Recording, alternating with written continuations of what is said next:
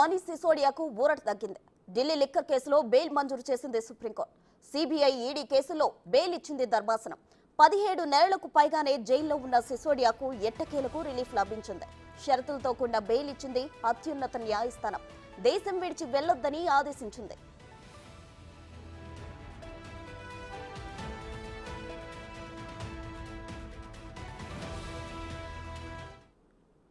Delhi liquor కేసులో గతేడాది ఫిబ్రవరి 26న Sisodia arrest అయ్యారు. దాదాపు 17 నెలలకు పైగానే సిసోడియా జైల్లోనే ఉన్నారు. కాగా గతంలో ఢిల్లీ కోర్టులో బెయిల్ పిటిషన్ వేసినా చుక్కెదురైంది. దీంతో సుప్రీంకోర్టును ఆశ్రయించారు సిసోడియా. ఇరు వర్గాల వాదనలు విన్న ధర్మాసనం ఇవాళ బెయిల్ మంజూరు చేస్తూ తీర్పిచ్చింది.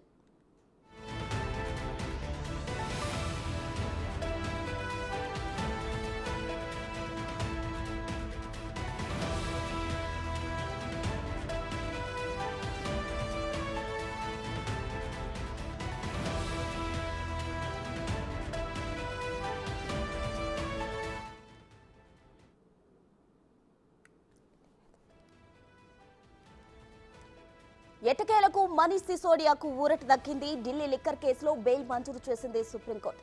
సిబిఐ ఈడీ కేసులో బెయిల్ ఇచ్చింది ధర్మాసనం. 17 నెలలకు పైగానే జైల్లో ఉన్న సిసోడియాకు ఎట్టకేలకు రిలీఫ్ లభించింది.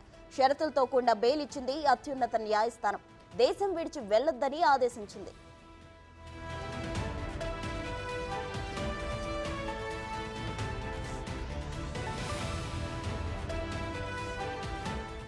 ఢిల్లీ లిక్కర్ కేసులో గతేడాది ఫిబ్రవరి 26న సిసోడియా అరెస్ట్ అయ్యారు. దాదాపు 17 నెలలకు పైగానే సిసోడియా జైల్లోనే ఉన్నారు. కాగా గతంలో ఢిల్లీ కోర్టులో బెయిల్ పిటిషన్ వేసినా చుక్కెదురైంది.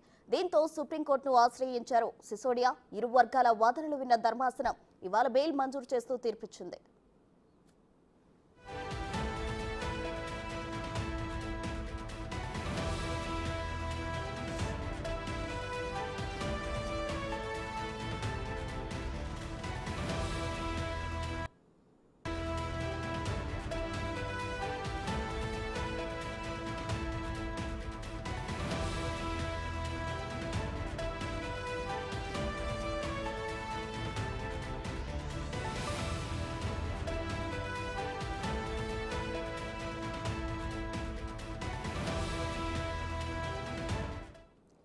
ఎట్టకేలకు మనీష్ సిసోడియాకు ఊరట దక్కింది. ఢిల్లీ లిక్కర్ కేసులో బెయిల్ మంజూరు చేసింది సుప్రీంకోర్టు.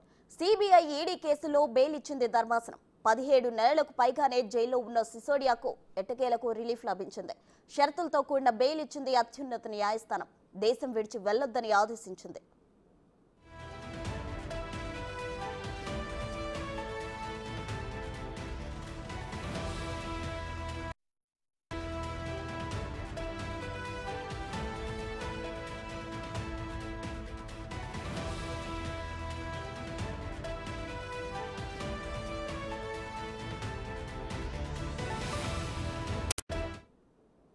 ఢిల్లీ లిక్కర్ కేసులో గతేడాది అరెస్ట్ అయిన సిసోడియాకు ఊరట లభించింది. దీనికి సంబంధించి మరిన్ని వివరాలు మా ప్రతినిధి శివ ఢిల్లీ నుండి లైవ్ లో అందించేందుకు సిద్ధంగా ఉన్నారు.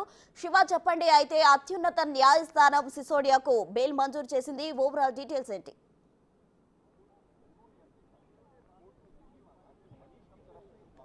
రైట్ ప్రస్తుత సుదీర్ఘకాలం జైల్లో ఉన్న తీహార్ జైల్లో ఉన్న డిప్యూటీ మాజీ సీఎం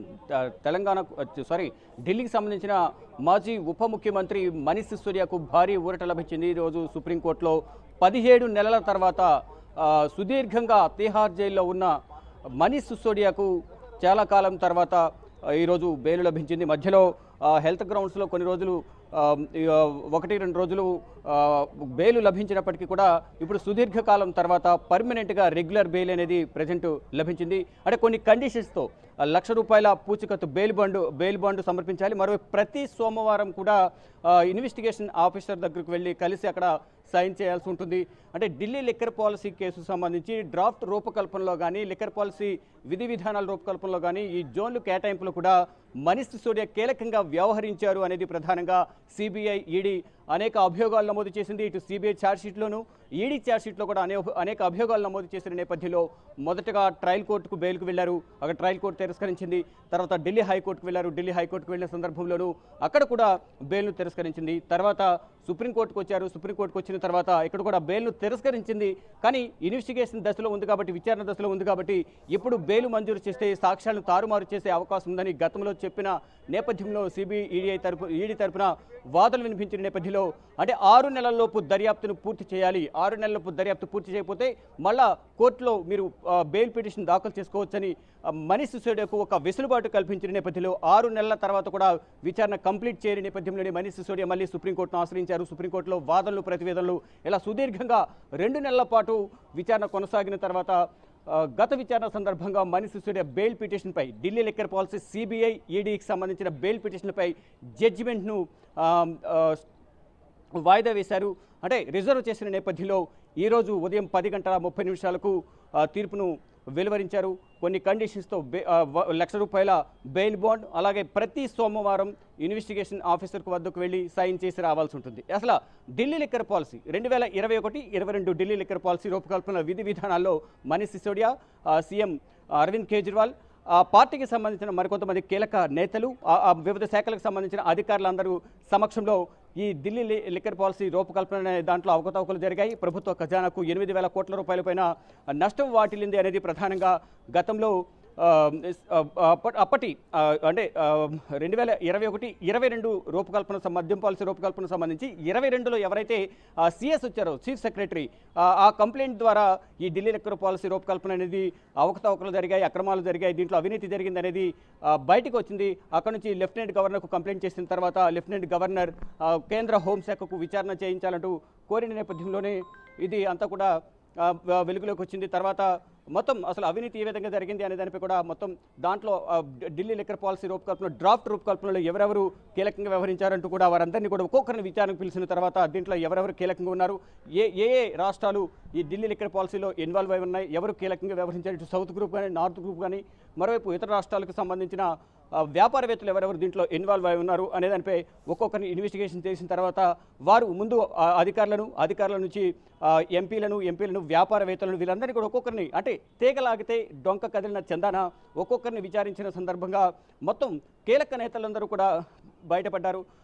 దీంట్లో వ్యాపార లావాదేవీలకు సంబంధించి దాంట్లో సౌత్ గ్రూప్లో ఎమ్మెల్సీ కవిత గత 4 నెలల నుంచి తిహార్ జైల్లో ఉంటున్నారు. తాను కూడా బెయిల్ కోసం ట్రై చేస్తున్నారు.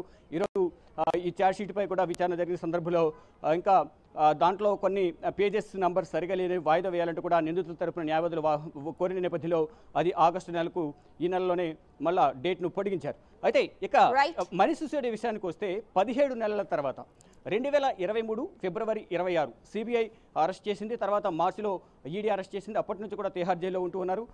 ఈ ఢిల్లీ లిక్కర్ పాలసీ కేసులో మనీష్ సిసోడియా కీలకంగా వ్యవహరించారంటూ కూడా మొదటి నుంచి అనేక అభియోగాలు నమోదు చేసింది ఈడీ, సిబిఐ. ఇక ఎట్టకేలకు ఇటు సిబిఐ ఈడీ ఇద్దరు కూడా సేమ్ అభియోగాలు నమోదు చేస్తూ వస్తుంది, కీలకంగా వ్యవహరించారని చెప్తూ వస్తుంది.